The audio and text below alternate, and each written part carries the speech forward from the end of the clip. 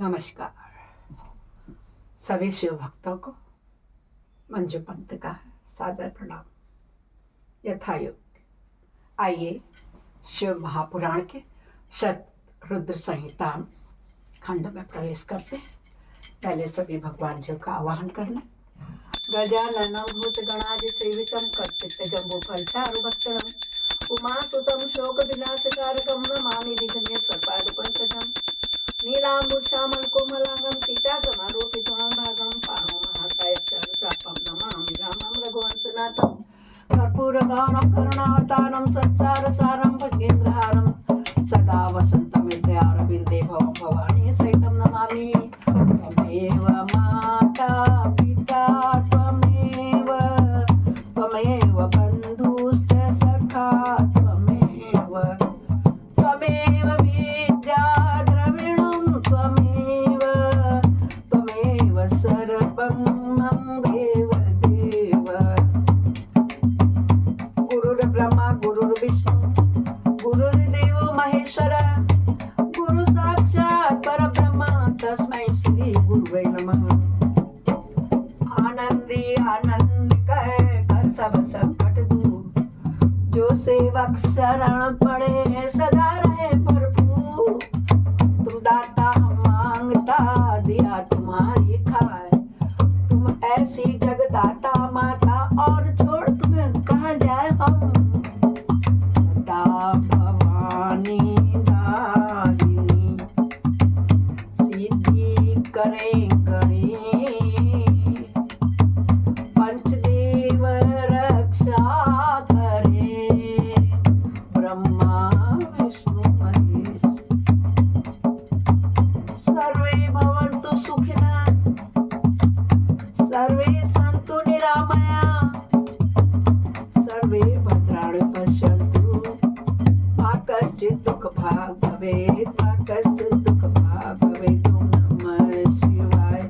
ओम नमः शिवाय सब बोलो नमः शिवाय ओम नमः शिवाय। यही है कर्पूर के कप समान गौर वर्ण वाले नमः शिवाय ओम नमः शिवाय ओम नमः शिवाय ओम नमः शिवाय। जिसे श्रवण कर मिट जाती है, हाँ जिसे श्रवण कर मिट जाती है, जन्म जन्म की कथा यही है शिव शंकर की कथा, यही है भोले बाबा की कथा, यही है शिव शंकर की कथा, यही है भोले बाबा की कथा। ओम नमः शिवाय ओम नमः शिवाय ओम नमः शिवाय ओम नमः शिवाय ओम नमः शिवाय ओम नमः शिवाय ओम नमः शिवाय ओम नमः शिवाय ओम नमः शिवाय ओम नमः शिवाय ओम नमः शिवाय ओम नमः शिवाय ओम नमः शिवाय ओम नमः शिवाय। भक्तों, कल हमने अध्याय 7 का अध्ययन किया था। आज हम करेंगे उससे आगे का। सुनिए, काल भैरव का महात्मा, विश्वानर की तपस्या और शिवजी का प्रसन्न होकर उनकी पत्नी जो है ना सुचिस्मती के गर्भ से उनके पुत्र के रूप में प्रकट होने का वरदान देना। ऐसे है शंभु। ऐसे कैसे मान जाते हैं और वरदानों को दे देते हैं। तदंतर भगवान शंकर के भैरव अवतार का वर्णन करके नंदीश्वर ने कहा, हे महामुने, परमेश्वर शिव उत्तमोत्तम लीलाएं रचने वाले तथा सत्पुरुषों के प्रेमी हैं। उन्होंने मार्गशीर्ष मास के कृष्ण पक्ष की अष्टमी को भैरव रूप से अवतार लिया था। इसलिए जो मनुष्य मार्गशीर्ष मास की कृष्ण जन्माष्टमी को काल भैरव के संग निकट उपवास करके रात्रि में जागरण करता है वह समस्त पापों से मुक्त हो जाता है। जो मनुष्य अन्यत्र भी भक्ति पूर्वक जागरण सहित इस व्रत का अनुष्ठान करेगा वह भी महापापों से मुक्त होकर सद्गति को प्राप्त हो जाएगा। प्राणियों के लाखों जन्मों में किए गए जो भी पाप होंगे वे सबके सब काल भैरव के दर्शन से निर्मल हो जाएंगे। जो मूर्ख काल भैरव के भक्तों का अनिष्ट करता है वह इस जन्म में दुख होकर पुनः दुर्गति को प्राप्त होता है। जो लोग विश्वनाथ के तो भक्त हैं परंतु काल भैरव की भक्ति नहीं करते उन्हें महान दुख की प्राप्ति होती है। भक्तों, यहाँ पर शिव पुराण में बताया गया है कि काल भैरव का जो रूप है वो किसका है? इन्हीं का है, इनका शंकर भगवान का। इसलिए काल भैरव की पूजा अवश्य करनी चाहिए। भैरव बाबा को भूल जाते हैं और शंकर की पूजा में लगे रहते हैं, इसलिए थोड़े दुखों का सामना हमें करना पड़ता है। आइए इससे आगे हम पढ़ें। जो लोग विश्वनाथ के तो भक्त हैं परंतु काल भैरव की भक्ति नहीं करते उन्हें महान दुख की प्राप्ति होती है। काशी में तो इसका विशेष प्रभाव पड़ता है। जो मनुष्य वाराणसी में निवास करके काल भैरव का भजन नहीं करता उसके पाप शुक्ल पक्ष के चंद्रमा के भांति बढ़ते बढ़ते हैं। जो काशी में प्रत्येक भोमवार की कृष्णाष्टमी के दिन कालराज का भजन पूजन नहीं करता उसका पुण्य कृष्ण पक्ष के चंद्रमा के समान क्षीण हो जाता है। तदंतर नंदीश्वर ने वीरभद्र तथा शर्भावतार का वृत्तांत सुनाकर कहा। आइए मैं भी आप लोगों को सुनाती हूँ। ब्रह्मपुत्र भगवान शिव जिस प्रकार प्रसन्न होकर विश्वानर मुनि के घर अवतीर्ण हुए थे, कैसे हुए थे? शशि मौली के उस चरित को तुम प्रेम पूर्वक श्रवण करो। उस समय वे तेज की निधि अग्नि रूप सर्वात्मा परम प्रभु शिव अग्निलोक के अधिपति रूप से गृहपति नाम से अवतीर्ण हुए थे। पूर्व काल की भांति की बात है। पहले की नर्मदा के रमणीय तट पर नर्मपुर नाम का एक नगर था। उसी नगर में विश्वानर नाम के एक मुनि निवास करते थे। उनका जन्म शांडिल्य गोत्र में हुआ था। वे परम पावन पुण्यात्मा शिव भक्त ब्रह्मतेज निधि और जितेंद्रिय थे। ब्रह्मचर्य आश्रम में उनकी बड़ी निष्ठा थी। वे सदा ब्रह्म यज्ञ में तत्पर रहते थे। फिर उन्होंने सुचिस्मती नाम की एक सद्गुणी कन्या से विवाह कर लिया और वे ब्राह्मणोचित कर्म करते हुए देवता तथा पितरों को प्रिय लगने वाला जीवन बिताने लगे। इस प्रकार जब बहुत सा समय व्यतीत हो गया तब उन ब्राह्मण की भार्या सुचिस्मती जो उत्तम व्रत का पालन करने वाली थी अपने पति से बोली, हे प्राणनाथ, स्त्रियों के योग्य जितने आनंदप्रद भोग हैं उन सबको मैंने आपकी कृपा से आपके साथ रहकर भोग लिया है, परंतु हे नाथ, मेरे हृदय में एक लालसा चिरकाल से वर्तमान है और वह गृहस्थों के लिए उचित भी है। उसे आप पूर्ण करने की कृपा करें। स्वामी, यदि मैं वर पाने के योग्य हूँ और आप मुझे वर देना चाहते हैं तो मुझे महेश्वर सरी का पुत्र प्रदान कीजिए। इसके अतिरिक्त मैं दूसरा वर नहीं चाहती हूँ। शंकर जी को मांग रही है कि शंकर जी मेरे गर्भ से प्रकट हो। कितनी बड़ी बड़ी तपस्या लोग पहले कर लेते थे। नंदीश्वर कहते हैं, हे मुनि, पत्नी की बात सुनकर पवित्र व्रतपरायण ब्राह्मण विश्वानर क्षण भर के लिए तो समाधिस्थ हो गए और हृदय में यूं विचार करने लगे, ओह, मेरी इस सूक्ष्म मांगी पत्नी ने कैसा अत्यंत दुर्लभ वर मांगा है। या तो मेरे मनोरथ पद से बहुत दूर है। अच्छा, शिव जी तो सब कुछ करने में समर्थ है, ऐसा प्रतीत होता है। हमारा और आपका भी ये मानना है, जो कुछ नहीं कर सकता, कोई नहीं कर सकता, वो शंकर भगवान कर देते हैं। ऐसा प्रतीत होता है मानो उन शंभु ने ही इसके मुख में बैठकर वाणी रूप से ऐसी बात कही है, अन्यथा दूसरा कौन ऐसा करने में समर्थ हो सकता है। तदंतर वे एक पत्नी व्रती मुनि विश्वानर पत्नी को आश्वासन देकर वाराणसी में गए और घोर तप के द्वारा भगवान शिव जी की वीरेश की लिंग की आराधना करने लगे। इस प्रकार उन्होंने 1 वर्ष पर्यंत भक्ति पूर्वक उत्तम वीरेश लिंग का त्रिकाल अर्चना करते हुए एक अद्भुत तप किया। 13वां मास आने पर, यानी कि 1 वर्ष पूरा हो गया, 12 महीने के बाद जब 13वां मास आया है तो उन्होंने क्या किया, वे द्विजवर प्रातः काल त्रिपद गावनी गंगा के जल में स्नान करके ज्यों ही वीरेश के निकट पहुंचे त्यों ही उन तपोधन को उस लिंग के मध्य एक 8 वर्षीय विभूति भूषित बालक दिखाई दिया। गंगा स्नान को जा रहे थे, प्रतिदिन की बात है, तो वहीं मिल गए क्योंकि उन्हें प्रतिदिन लिंग बना के पूजा की थी, दिखाई दिया। उस नग्न शिशु के नेत्र कानों तक फैले हुए थे, इतनी बड़ी आंखें थी, मतलब होठों पर गहरी लालिमा छाई हुई थी, मस्तक पर पीले रंग की सुंदर जटा सुशोभित थी और मुख पर हंसी खेल रही थी। वह शैशवोचित अलंकार चिता भस्म धारण किए हुए था तथा अपनी लीला से हंसता हुआ श्रुति सूक्तों का पाठ कर रहा था। उस बालक को देखकर विश्वानर मुनि कृतार्थ हो गए और उन्होंने आनंद के कारण उनका शरीर रोमांचित हो उठा। बारंबार नमस्कार है यों कहकर उनका हृदय उद्गार फूट पड़ा। फिर वे अभिलाषा पूर्ण करने वाले 8 पद्मों द्वारा बाल रूपधारी परमानंद स्वरूप शंभु का स्तवन करते हुए बोले, पूजा करते हुए बोले, स्तुति करने लगे। क्या बोले? विश्वानर ने कहा, हे भगवान, आप ही एकमात्र अद्वितीय ब्रह्म है, यह सारा जगत आप ही स्वरूप है, यहाँ अनेक कुछ भी नहीं है। यह बिल्कुल सत्य है कि एकमात्र रुद्र के अतिरिक्त दूसरे किसी की सत्ता नहीं है, इसलिए मैं आप महेश की शरण में ग्रहण करता हूँ। शंभो, आप ही सबके कर्ता धर्ता है और आप ही आत्म धर्म एक होते हुए भी अनेक रूप से दिखते हैं, उसी प्रकार आप भी एक रूप होकर नाना रूपों में व्याप्त हैं, फिर भी आप रूप रहित हैं, इसलिए आप ईश्वर के अतिरिक्त मैं किसी दूसरे की शरण नहीं ले सकता हूँ।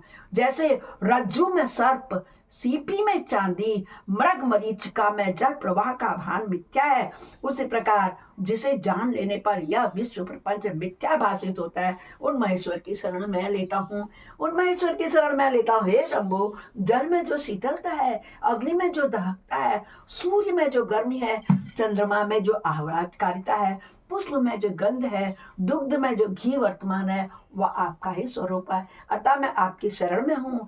आप कान रहित होकर शब्द सुन लेते हैं, नासिका विहीन होकर के सूंघ लेते हैं, पैर न होने पर भी दूर तक चलते हैं और जीवा रहित होकर के भी समस्त रसों के ज्ञाता हैं। किसके लिए कह रहे हैं? शंकर भगवान के लिए। जय हो भोले भगवान की जय हो। भला आपको सम्यक रूप से कौन जान सकता है?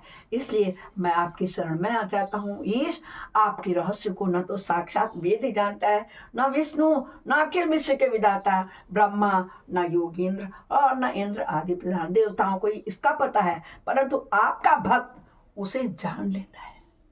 अतः मैं आपके शरण ग्रहण करता हूँ। हे ईश, न तो आपका कोई गोत्र है, न जन्म है, न नाम है, न रूप है, न शील है, न देश है, न ऐसा होने पर भी आप त्रिलोकी के अधीश्वर तथा संपूर्ण कामनाओं को पूर्ण करने वाले हैं, इसलिए मैं आपका भजन करता हूँ। स्मरण, आप सर्वस्वरूप हैं, यह सारा विश्व प्रपंच आपसे ही प्रकट होता है। आप गौरी के प्राणनाथ हैं, दिगंबर हैं, परम शांत हैं, बाल युवा दिगंबर और परम शांत हैं। बाल युवा दिगंबर और परम शांत आप ही है। बाल युवा और वृद्ध रूप में आप ही तो वर्तमान है। ऐसी कौन सी वस्तु है जिसमें आप व्याप्त न हो? अतः मैं आपके चरणों में नतमस्तक होता हूँ। कौन कह रहा? विश्वानर।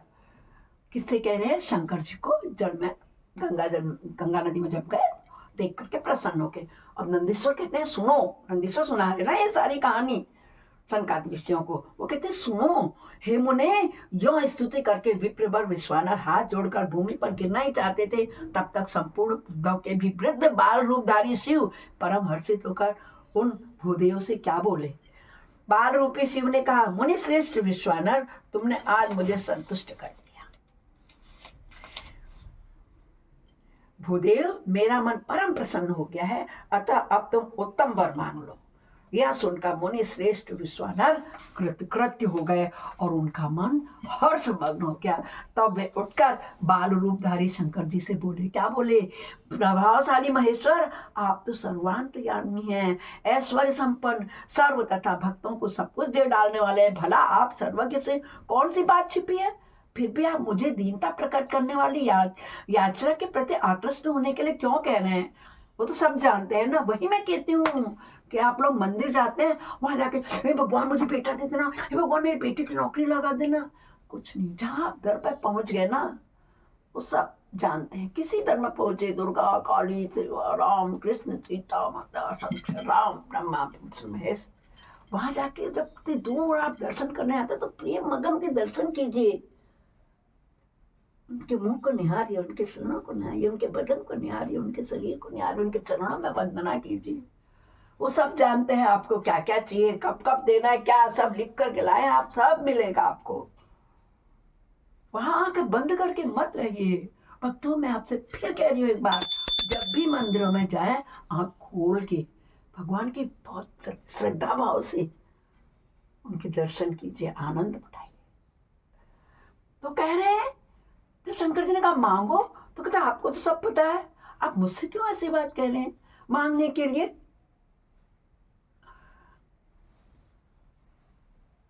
आपसे कोई बात छिपी है, फिर भी आप मुझे दीनता प्रकट करने वाली याचा के प्रति आकृष्ट होने के लिए क्यों कह रहे हैं। महेशान, ऐसा जानकर आपकी जैसी इच्छा हो वैसा ही कीजिए। नंदीश्वर जी कहते हैं, हे मुने, पवित्र व्रत में तत्पर विश्वानर के उस वचन को सुनकर पावन शिशु रूपधारी महादेव हंसकर सुचि विश्वानर से बोले, सुचे, तुमने अपने हृदय में अपनी पत्नी सुचि स्मृति के प्रति जो अभिलाषा कर रखी है ना, वह निसंदेह थोड़े ही समय में पूर्ण हो जाएगी। हे महामते, मैं सुचिस्मति के गर्भ से तुम्हारा पुत्र होकर लौटूंगा। मेरा नाम गृहपति होगा। मैं परम पावन तथा समस्त देवताओं के लिए प्रिय होऊंगा। जो मनुष्य 1 वर्ष तक शिव जी के संनिकट तुम्हारे द्वारा कथित इस पुण्यमय अभिलाषक स्रोत का तीनों काल तक पाठन करेगा, उसकी सारी अभिलाषाएं पूर्ण होंगी या पूर्ण कर देगा। यह स्रोत का पाठ पुत्र, पौत्र और धन का प्रदाता, सर्वथा शांति कारक, सारी विपत्तियों का विनाशक, स्वर्ग और मोक्ष रूप संपत्ति का कर्ता, समस्त कामनाओं को पूर्ण करने वाला है। निसंदेह यह अकेला ही समस्त स्रोतों के समान है। बोलो हर हर हर महादेव। नंदीश्वर जी कहते हैं, हे मुने, इतना कहकर वो बाल रूपधारी शंभु जो सत्पुरुषों की गति है अंतर ध्यान हो गए। तब विप्रभर विश्वानर भी प्रसन्न हो गए मन से और अपने घर को लौट आए। बोलो शंकर भगवान की जय। इस प्रकार आज हमने आपको 8 से लेकर के 13वें अध्याय तक का पठन पाठन किया। कथा को विश्राम देते हैं और अपनी वाणी को विराम देते हुए वह बोलो शंकर भगवान की जय कहते हैं। नमः शिवाय, नमः शिवाय, नमः शिवाय।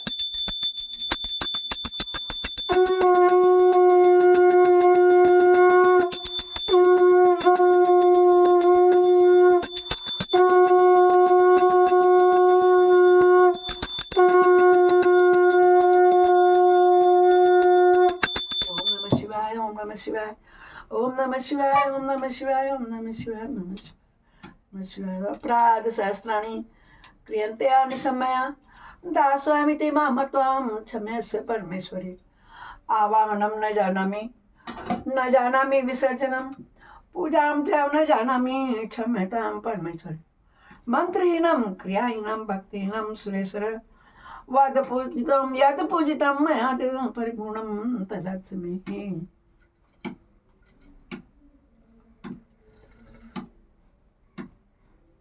शंकर भगवान की जय हो। ऐसी है शिव शंकर की कथा जिससे सुनने मात्र सर्व पाप नष्ट हो जाते हैं। पाप हर, कष्ट हर, संकष्ट हर, कर सभी समस्याओं का हर हर हर महादेव। बोलो शंकर भगवान की जय हो। भक्तों, इस प्रकार आज हमने 13 अध्याय तक शत्रुद्र संहिता का अध्ययन किया। कल में हम फिर 14वें अध्याय में प्रवेश करेंगे। तब तक के लिए हर हर महादेव। शिव परिवार के दर्शन कीजिए। जय जय शिव शंकर।